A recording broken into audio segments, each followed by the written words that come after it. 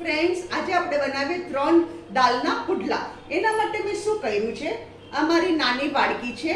આ 1 વાડકી યેલો મગની દાળ, 1 વાડકી ચણાની દાળ અને 1 વાડકી અડદની દાળ. ત્રણેય દાળને મેં બરાબર ધોઈ કાઢી અને એને મેં 7 કલાક માટે સોક કરી.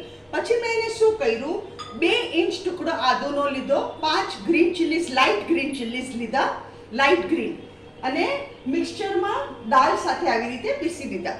આમાં આદુ છે, લીલા મરચાં છે અને આ 3 દાળનું આપણું બાટર છે. એમાં હવે આપણે શું કરવાનું તમને હું દેખાડું. આ કોથમરી છે 5 ટેબલસ્પૂન, 1 કેપ્સિકમ મીડિયમ સાઇઝ, 1 કાંદો મીડિયમ સાઇઝ. આ બધું આપણે આમાં નાખી દેવાનું. કાંદો નાખવાનો, કેપ્સિકમ બધું નાખી જ દેવાનું અને કોથમરી. આ બહુ સરસ લાગે.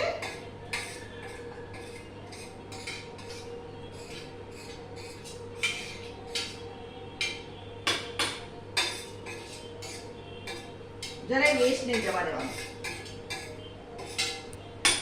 અને હવે આપણે આમાં નાખશું મીઠું, સ્વાદ અનુસાર મીઠું.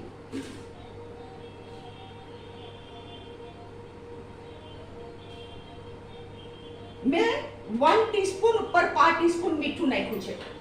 1 ટીસ્પૂન ઉપર 5 ટીસ્પૂન. હવે આપણે આને બરાબર મિક્સ કરી દઈએ.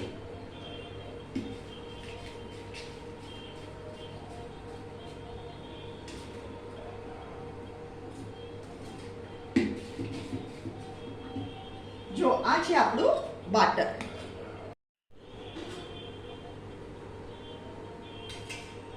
ફ્રેન્ડ્સ, આ છે આપણા 3 દાલના પુડલા.